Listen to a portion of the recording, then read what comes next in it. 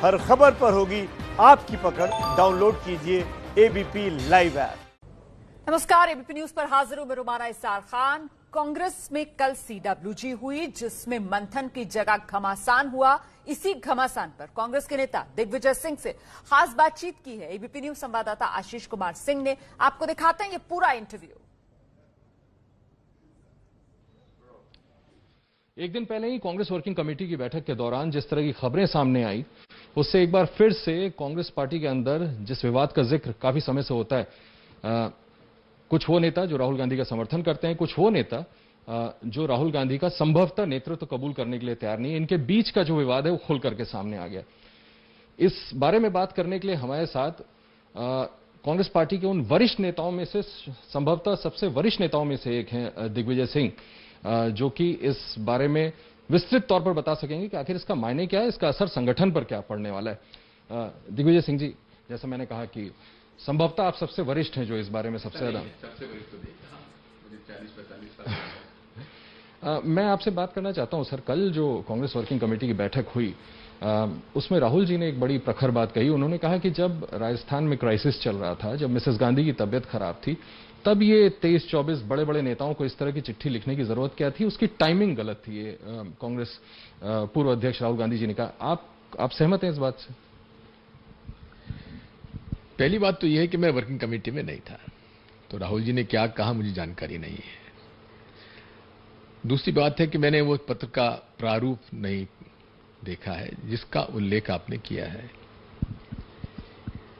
यदि पत्र लिखा गया है तो मुझे इस बात का आश्चर्य हो रहा है कि पत्र लिखने की आवश्यकता क्या थी। कुछ लोग उसमें तो हस्ताक्षरकर्ता ऐसे हैं जो कि वर्किंग कमेटी के मेंबर ही हैं और हमारे विपक्ष के नेता भी हैं, राज्यसभा के उपनेता भी हैं, पदाधिकारी भी हैं एआईसीसी के। पत्र लिखने की आवश्यकता मैं समझता हूं कि आवश्यकता नहीं थी। यदि किसी विषय पर चर्चा करना ही था तो मुझे विश्वास है कि अगर उन्होंने चर्चा करने के लिए समय मांगा होता तो न सोनिया जी मना करते, न राहुल जी मना करते, न प्रियंका जी मना करती। स्वाभाविक है कि आसानी से बातचीत हो सकती थी। अभी जो मुझे जानकारी मिली क्योंकि कोरोना के कारण वो किसी से मिल नहीं रहे, लेकिन जो मुझे बताया गया है कि जिनसे वो बात करना चाहते हैं वो उनके घर पे आ जाते हैं और इंटरकॉम पर बात उनसे हो जाती है। तो इन सब लोगों को कोई संवादहीनता की स्थिति में कोई नहीं था, तो फिर पत्र लिखने की आवश्यकता ही नहीं थी। लेकिन जो आर्ग्यूमेंट्स जैसे कल हमने वर्किंग कमेटी के दौरान देखा सर, कि इन लोगों का ये कहना था कि मैं तो कवर कर रहा था सर, बतौर पत्रकार मैं ये बोल सकता हूं ये कि पूरी वर्किंग कमेटी की चर्चा जो है मीडिया देख रही थी। उस पर मैं पूछूंगा, इस पर भी कुछ लोगों ने ऑब्जेक्शन रेज किया। सर, मैं जो बात कह रहा था कि गुलाम नबी आजाद हो या दूसरे नेताओं, हमें यह पता चला कि वर्किंग कमेटी में उन लोगों ने कहा कि हमारा इरादा सीधे गांधी परिवार को हिट करने का नहीं था, हम तो व्यवस्था में बदलाव की बात कर रहे थे जो बड़ा जरूरी है। तो उनके आर्ग्यूमेंट्स तो लगता है ना कि लाजमी है। फिर आपने शुरुआत उसी से की कि कौन राहुल जी के साथ है, कौन राहुल जी के खिलाफ है। इसका जो आपने जो फिर प्रश्न दोहराया है, किसी ने वर्किंग कमेटी में ये बात कही है कि वो राहुल जी के खिलाफ है? किसी ने कही है क्या? क्या पत्र में ये लिखा हुआ है कि वो कोई भी व्यक्ति राहुल जी के खिलाफ है? फिर ये बात क्यों कही जा रही है? कौन है व्यक्ति जो राहुल जी के खिलाफ है? सामने क्यों नहीं आते? सर, ये तो बिल्कुल सर्वविदित है ना। अब तो दिख रहा है जिस तरह की लड़ाई वर्किंग कमेटी में हो रही है, उससे लग रहा है कि कुछ लोग चाहते हैं कि राहुल गांधी अध्यक्ष ना बने फिर से। क्या उस पत्र में ऐसा लिखा हुआ है? क्या किसी ने ऐसा कहा है या मीडिया में किसी ने ऐसा कहा है क्या? विजय जी, ये बात तो बिल्कुल सही है, पत्र में ऐसी कोई बात नहीं है। तो फिर पत्र लिखना गलत कैसे हुआ? इसलिए क्योंकि स्वाभाविक है कि अभी जैसा कि आप देख रहे हैं कि भारतीय जनता पार्टी, संघ, नरेंद्र मोदी, अमित शाह, ये सब इस बात पे तुले हुए हैं कि कांग्रेस पार्टी का नामो निशान मिट जाए। कांग्रेस मुक्त भारत चाहते हैं। ऐसे समय में जब हमारी एक लड़ाई है और हमारे अस्तित्व को भी चुनौती दी जा रही है, तो फिर चर्चा से ही हल निकाला जाता है। सामूहिक चर्चा करने में कोई दिक्कत नहीं है। वर्किंग कमेटी होती काहे के लिए है? हाईएस्ट बॉडी हमारी है, उस पर चर्चा होनी चाहिए। चर्चा करना चाहिए तो चर्चा के लिए अनुरोध करना चाहिए था। क्या उस पत्र में वर्किंग कमेटी में कोई विषय दिए गए कि इस पर चर्चा होनी चाहिए? देना चाहिए था। आपको लगता है कि ये गलत हुआ? ये कांग्रेस के संविधान में कोई भी वर्किंग कमेटी का सदस्य या अनेक सदस्य वर्किंग कमेटी में कोई चर्चा कराना चाहते हैं तो उसकी प्रक्रिया है, उसका पालन करना चाहिए था। इस हद तक चोट पहुंची कि मिसेस गांधी ने अपने पद से हटने की पेशकश कर दी। उन्होंने कहा अब आप नया अध्यक्ष चुन लें। वो पहली बार थोड़ी कह रही, पिछली बार भी ये कहा था, ऐसा मुझे बताया गया। मैं तो वर्किंग कमेटी में नहीं हूं, तो मैं उस बारे में। उन्होंने कहा आई एम हर्ट सर। कल उन्होंने कहा कि वो दुखी हैं, व्यथित हैं जिस तरह से ये चिट्ठी लिखी गई। तो जाहिर है कि इस बार उन्होंने पद से हटने की बात तभी कही जब आप इस तरह की चिट्ठी लिख रहे हैं। ऑन रिकॉर्ड कहा है क्या? ये तो हमारी जानकारी और इसको मैंने आपसे कहा ना कि वर्किंग कमेटी मेंबर नहीं हूं मैं, तो इसलिए ये नहीं कह सकता कि वहां पे क्या किसने क्या कहा और किसने क्या अपनी बात कही, किसने अपनी सफाई दी। तो उसके बारे में मुझसे आप क्या उम्मीद करते हैं? मैं किस बारे में जानता भी नहीं हूं। बट आपको लगता है सर कि ये जो बात पब्लिक डोमेन में है, ये जो चिट्ठी लिखी गई इतने बड़े बड़े नेताओं द्वारा, उनमें से मुझे लगता है 10 में से 9 तो फॉर्मर मिनिस्टर्स रहे हैं। इस तरह से अपनी ही पार्टी के नेतृत्व को हिट करना, इस तरह से सवाल खड़े कर देना, इससे पार्टी की इमेज को नुकसान हुआ है? जैसा कि न्यूज रिपोर्ट आ रही है कि इस मामले में स्वयं गुलाम नबी जी ने इस बात का स्पष्टीकरण दिया है कि कहीं भी किसी भी तरह से नेतृत्व को चुनौती नहीं थी। वो क्या चाहते थे उस पत्र में मुझे जानकारी नहीं है, लेकिन यदि वे इतने उसमें चिंतित हैं तो उसके बारे में उनको चर्चा करानी चाहिए। और मुझे विश्वास है सोनिया जी हमारी राष्ट्रीय अध्यक्ष हैं। अगर हमारे विपक्ष के नेता, विपक्ष के उपनेता या हमारे महामंत्री या पूर्व केंद्रीय मंत्री या पूर्व मुख्यमंत्री अगर ये चाहते हैं कि वर्किंग कमेटी में चर्चा होना चाहिए, तो वर्किंग कमेटी की मांग करते हुए उसमें चर्चा के लिए मांग करना चाहिए। संविधान में इसका प्रावधान भी है। चिट्ठी नहीं लिखना चाहिए था इस तरह से, जो राहुल जी ने भी कहा। इस बात की चिट्ठी, जब चर्चा करने के लिए वो तैयार है। और क्या मुझे बताइए, मैं ये मानने से मैं नहीं मान सकता इस बात को कि राज्यसभा में विपक्ष के नेता समय मांगे हमारे राष्ट्रीय अध्यक्ष जी से और उनको समय ना मिले। मैं इसे मानने के लिए तैयार नहीं हूं। तो फिर किस बात से प्रेरित होकर इतने बड़े बड़े नेताओं ने चिट्ठी लिख दी? जो बात दिग्विजय सिंह समझते हैं, समझा भी रहे हैं, वो ये लोग सर, इनका भी तो सालों का एक्सपीरियंस है ना आपकी पार्टी में। निश्चित है। क्यों नहीं समझ पाए? किस आपको क्या लगता है, व्हाट प्रोपेल्ड, किस चीज से मोटिवेट हो गया ऐसा लगता? अब ये तो आप उनसे पूछिए ना, मैंने तो दस्तखत किए नहीं। सर नौबत तो यहां तक आ गई कि कल हमने देखा कि आपकी पार्टी के वरिष्ठ नेता, राज्यसभा के सांसद कपिल सिब्बल साहब, उन्होंने तो एक ट्वीट भी कर दिया, बाद में उस ट्वीट को विड्रॉ किया कि राहुल जी से मेरी बात वही। कपिल हमारे अच्छे मित्र हैं और मैं तो इस बात की दाद देता हूं कि उन्होंने जिस प्रकार से अदालत में कांग्रेस के पक्ष में लड़ाई लड़ी है, बहुत जबरदस्त तरीके से उन्होंने मेहनत भी की है और मुफ्त में करते हैं, जबकि एक एक उनकी हेयरिंग के लिए उनको लाखों रुपए की वो मिल सकती है। लेकिन कांग्रेस के लिए हर कदम पर, और हम लोगों के लिए, मैं निजी तौर पर कह सकता हूं, मेरे लिए भी वो हमेशा से मेरे पक्षधर रहे और कांग्रेस के कोई चला जाए उनके पास, वो उसका पक्ष लेके लड़ाई लड़ते हैं। इसलिए उनको तो इसके बारे में सोचना भी नहीं चाहिए कि नेतृत्व के दिमाग में उनके प्रति कोई आशंका है। चिट्ठी के सिग्नेटरी तो वो भी है। इसलिए तो मैं आपसे कह रहा हूं कि सिग्नेटरी होने की जरूरत नहीं थी, लेटर लिखने की जरूरत नहीं थी, क्योंकि जितने भी कांग्रेस पार्टी के और सोनिया जी के, राहुल जी के, प्रियंका जी के प्रकरण अदालत में आते हैं, वो सब उसमें वकील हैं। तो जो परिवार के लोग और कोई भी वकील से जब पैरवी करवाते हैं तो उनके साथ संवादहीनता की स्थिति थोड़ी ना होती है, संवाद की स्थिति रहती है। जहां प्रकरणों पे चर्चा होती है वहां कांग्रेस पार्टी की चर्चा भी हो सकती थी। आज देखा मैंने सुबह सुबह सिब्बल साहब का एक और ट्वीट आया है जिसमें उन्होंने कहा है कि it is not about a post, it is about the nation. वो कह रहे हैं कि about the country, about the nation. Absolutely, बिल्कुल, हम लोग सब चिंतित हैं और मैं इस बात के लिए राहुल जी को बधाई देता हूं कि जिस प्रकार से उन्होंने सबसे पहले देश में पहले व्यक्ति थे जिन्होंने कोरोना के खतरे से देश को आगाह किया था 12 फरवरी 2020 में, और 13 मार्च को देश के स्वास्थ्य मंत्री पार्लियामेंट में कहते हैं कि हमें कोई खतरा नहीं है, ये बहुत साधारण चीज है, हम इसको निपटने के लिए तैयार हैं। प्रधानमंत्री जी कहते हैं कि महाभारत की लड़ाई 18 दिन में जीती थी, हम 21 दिन में जीत जाएंगे। इसका मतलब तो यह है कि उनको मालूम भी नहीं था, और राहुल गांधी जी के एक एक शब्द सही होते जा रहे हैं। उन्होंने कहा था सुनामी आ रही है अर्थव्यवस्था की। इसके बाद उन्होंने चीन के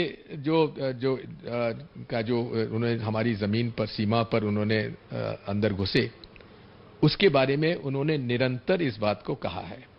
मैं फिर आपको कहना चाहता हूं, राफेल के केस में इतना बड़ा स्कैम है, उस स्कैम को राहुल जी ने उठाया और निरंतर उस पर मांग कर रहे हैं। और हमारे ये दृढ़ विश्वास है कि राफेल में नरेंद्र मोदी जी ने सारे नियमों को तोड़कर समझौता किया है। कैबिनेट के जो रूल्स और प्रोसीजर्स हैं उसको तोड़ा है, नियमों का उल्लंघन किया है, और साथ में कॉम्प्रोमाइज किया है हमारे हमारे नेशनल सिक्योरिटी को। जहां आवश्यकता है 126 हवाई जहाजों की, आप 36 हवाई जहाज कर रहे हैं, यानी कि 90 हवाई जहाज आप नहीं खरीद रहे हैं, जबकि उतनी रकम में पूरी 126 खरीदे जा सकते।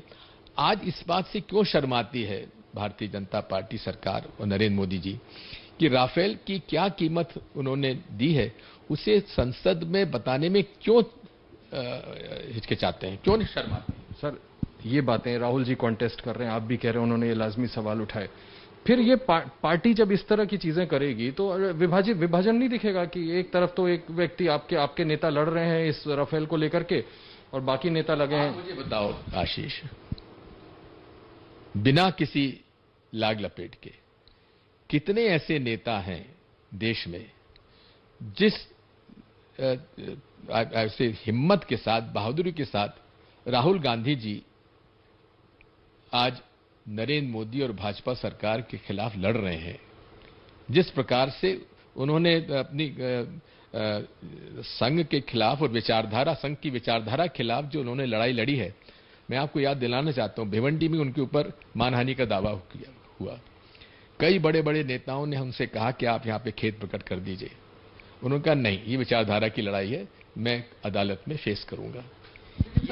ये बहादुरी मुझे बताइए, कितने हमारे कांग्रेस पार्टी के नेता हैं जो ये बहादुरी दिखाते हैं? लेकिन सर, यही लोग तो फिर उनकी अथॉरिटी को चैलेंज भी कर रहे हैं ना सर। कौन कर रहा है? आपको किसने कह दिया कि उन्होंने राहुल गांधी की अथॉरिटी को चैलेंज किया है? आशीष, मुझे एक शब्द बता दीजिए, एक बयान दिखा दीजिए जहां इन 23 लोगों में से किसी ने भी राहुल गांधी की लीडरशिप को चैलेंज किया हो। सर, इस चिट्ठी में ये तो कम से कम लिखा है कि नेहरू गांधी परिवार जो है वो इंट्रिंसिक रहेगा गांधी परिवार के लिए। जब दो बार इस बात का जिक्र होता है इस चिट्ठी में, तो ये तो यही कहते हैं ना कि भाई अब नॉन गांधी का वक्त आ गया है। आशीष जी, मैं आपसे फिर कहता हूं, मैंने जब चिट्ठी देखी नहीं तो मैं कैसे मीडिया रिपोर्ट्स के आधार पर अपनी टिप्पणी कर दूं?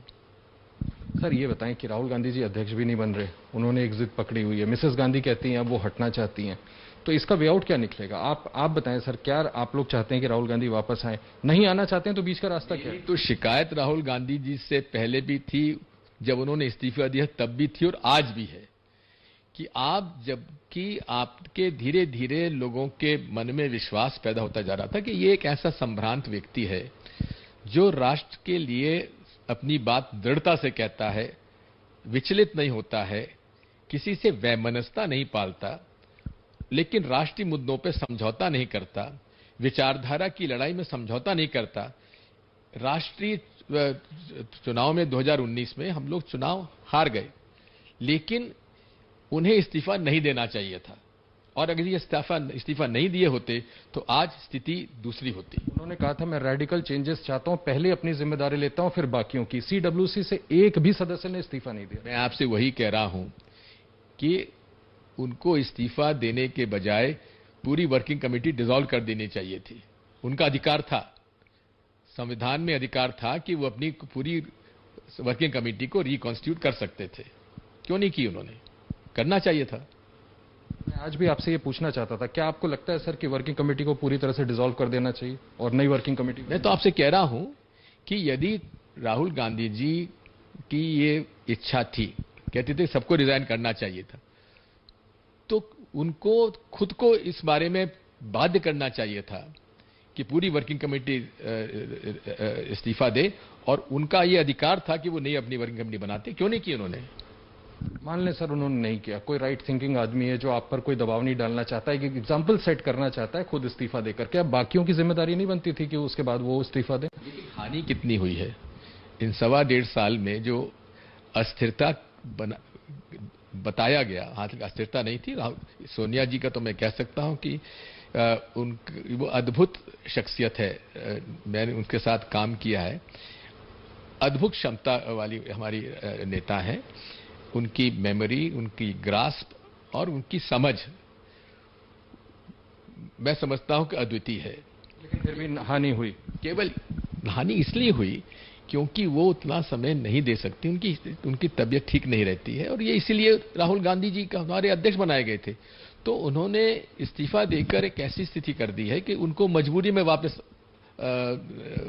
अध्यक्ष पद संभालना पड़ा। और ये कंट्रोवर्सी ही नहीं होती अगर राहुल गांधी जी इस्तीफा नहीं देते। अब जबकि वो नहीं बनना चाहते, सर आपके ट्वीट पे आता हूं, आपने कहा कि गांधी परिवार के अलावा कांग्रेस कुछ नहीं है, मतलब अन्य दूसरे शब्दों में, क्या ये गुंजाइश है, राहुल जी ने अब जिद पकड़ी हुई है, कोई नॉन गांधी ढूंढो? प्रियंका जी का एक बयान आया था, भले 1 साल पुराना, कि नॉन गांधी को वो वेलकम करेंगी, जैसा राहुल जी ने कहा। क्या गांधी परिवार के बिना कांग्रेस कुछ है? क्या नॉन गांधी बन सकता है, या अगर कोई नॉन गांधी बना तो पार्टी बिखर जाएगी? आशीष जी, एक बात बता दूं मैं आपको, पंडित जवाहरलाल नेहरू का वो परिवार है जिसने आजादी की लड़ाई में दादा से लेकर पोती तक जेल गए। एक समय था कि उनके परिवार में सब लोग जेल में थे, कभी उम्मीद भी नहीं करते थे कि भारत आजाद होगा या प्रधानमंत्री बनेंगे या मंत्री बनेंगे। लेकिन उसके बाद भी आप देखेंगे सोनिया गांधी प्रधानमंत्री बन सकती थी 2004 में, नहीं बनी। मुझे याद है हम लोग उनसे प्रार्थना करते रहे, अनुरोध करते रहे, उन्होंने मना कर दिया। राहुल गांधी जी 2009 से 2014 के बीच में प्रधानमंत्री बन सकते थे, मंत्री बन सकते थे, उन्होंने मना कर दिया। ये वो परिवार है जो कि सत्ता लोभी नहीं है, ये विचारधारा की लड़ाई आज लड़ रहे हैं। और विचारधारा की लड़ाई शुरू से पंडित जवाहरलाल नेहरू ने लड़ाई लड़ी है इन सांप्रदायिक शक्तियों से, मुस्लिम लीग से एक तरफ, हिंदू महासभा और आरएसएस से दूसरी तरफ, कट्टरपंथी धार्मिक उन्माद फैलाने वाली शक्तियों से ही लड़ाई कांग्रेस पार्टी लड़ती रही है, आजादी के पहले भी, आज भी, और लड़ती रहेगी। और ये विचारधारा जो है, मुझे इस बात की प्रसन्नता है कि राहुल गांधी जी ने उस परंपरा को, पंडित जवाहरलाल नेहरू की परंपरा को आगे बढ़ाया है और उस पर आज दृढ़ हैं। इसलिए प्रशंसा करता हूं। क्या इस पार्टी को के अध्यक्ष के तौर पे इस पार्टी को एक गांधी ही चला सकता है, या मैं फिर से पूछना चाहूंगा, या किसी नॉन गांधी की भी गुंजाइश है? मैं आपसे बता रहा हूं कि ये समय कई बार आया। 69 में भी कुछ लोगों ने मिलकर इंदिरा जी को हटाने का प्रयास किया। कांग्रेस के कार्यकर्ता किसके साथ गए? इंदिरा जी के साथ गए। 78 में फिर इंदिरा जी को हटाने के दूसरे लोगों ने षड्यंत्र किया। कांग्रेस कार्यकर्ता किसके साथ गए? इंदिरा जी के साथ गए। बाद में भी 2 और मौके आए, लोग किसके साथ गए? इस परिवार के साथ गए। कांग्रेस का आम कार्यकर्ता इस परिवार को साथ नहीं छोड़ सकता, और ये परिवार कांग्रेस जनों के लिए एक बाइंडिंग फैक्टर है। उनका नेतृत्व हम लोगों के लिए एक बाइंडिंग फैक्टर है जिस पर हमें गर्व है। अब दूसरी बात करते हैं, चुनाव, डायनेस्टी। अरे किसने मना किया है कि कौन कांग्रेस का लीडर है जिसको मना किया गया कि आप चुनाव मत लड़िए राष्ट्रीय अध्यक्ष का? क्या जितेंद्र प्रसाद जी चुनाव नहीं लड़े थे सोनिया जी के खिलाफ? और वो लोग आज बात कर रहे हैं चुनाव की। जरा एक वीडियो देख लीजिए, नड्डा जी को किस प्रकार पीछे धकेला था अमित शाह जी ने, जरा वो वीडियो भी देख लीजिए। और दूसरा मैं कहना चाहता हूं, वो आज लोकतंत्र की बात कर रहे हैं, चुनाव की बात कर रहे हैं, जिनका मूल राष्ट्रीय स्वयंसेवक संघ जो है वो कभी चुनाव के पक्ष में रहा है क्या? वो लोकतंत्र के पक्ष में कभी रहा है क्या? वो मूल रूप से एक तंत्रवादी सोच की व्यक्ति हैं और इसलिए हमारा संघ से कभी समझौता नहीं हो सकता, क्योंकि वो एक तंत्र के हिमायती हैं जिसको और इस देश को ले जाना चाहते हैं। और कांग्रेस पार्टी सदैव से लोकतंत्र की पक्षधर है। आपने कहा गांधी परिवार एक बाइंडिंग फोर्स है इस पार्टी के लिए। मैं वही पूछ रहा था कि आपको जैसे आपने ट्वीट किया था, आपको लगता है कि गांधी ही इस पार्टी को यूनाइटेड रख सकता है, वरना पार्टी टूट सकती है? बात यह है, 2004 में डॉक्टर मनमोहन सिंह जी को उन्होंने चुना, किसी ने आपत्ति की, और डॉक्टर मनमोहन सिंह जी ने जिस अच्छे ढंग से, जिस हुनर के साथ देश को चलाया, अर्थव्यवस्था सुधारी और देश में आम जनता के मुद्दों को उन्होंने सोनिया गांधी जी के नेशनल एडवाइजरी काउंसिल के सुझावों पर right to information, right to food, जनता को अधिकार दिया, अपने हाथ में अधिकार नहीं लिया, जनता को अधिकार दिया। यूपीए का युग 2004 से 2014 तक सबसे बेहतरीन था अर्थव्यवस्था में, सोशियो इकोनॉमिक पॉलिसीज के आधार पर, और जितने भी गलत आरोप लगाए गए, 2G का लगाया गया, कोल ब्लॉक का लगाया, एक भी प्रकरण में कहीं कोई प्रमाण आया है क्या? जिस प्रकार से सीएजी ने झूठ बोलकर और झूठे आंकड़े देकर बदनाम किया, क्या आज हम लोग इस बात को नहीं समझते कि किसके कहने पे सब किया गया था? और उसके बाद जिन सीएजी साहब ने सब सारे आंकड़े गलत दिए थे, उनको महामंडित नहीं किया गया मोदी जी ने? तो आप इस बात को नहीं समझते? मैं सर समझ रहा हूं, मेरा सवाल आपसे आपके ट्वीट से संबंधित था। मैंने तो जवाब दे दिया, गांधी ही ऊपर रहेगा। मैं आपको कह चुका ना कि डॉक्टर मनमोहन सिंह जी का हमारे सामने उदाहरण है, हम सब स्वीकार करते हैं। नेतृत्व गांधी, नेहरू गांधी परिवार का होना चाहिए। बाकी हमारा पूरा विश्वास उस परिवार के प्रति है, जो वो करेंगे हम उनके साथ हैं। तो अब आप मना भी लीजिए ना राहुल जी को अध्यक्ष बनने के लिए, मान ही नहीं रहे हो तो क्या है? तो या तो प्रियंका जी को आने दीजिए। मैंने आपसे कहा है ना कि नेहरू गांधी परिवार हमारे लिए हमारा नेतृत्व कर रहे हैं और हमें उस नेतृत्व पे गर्व है, उस परिवार पे गर्व है जिसकी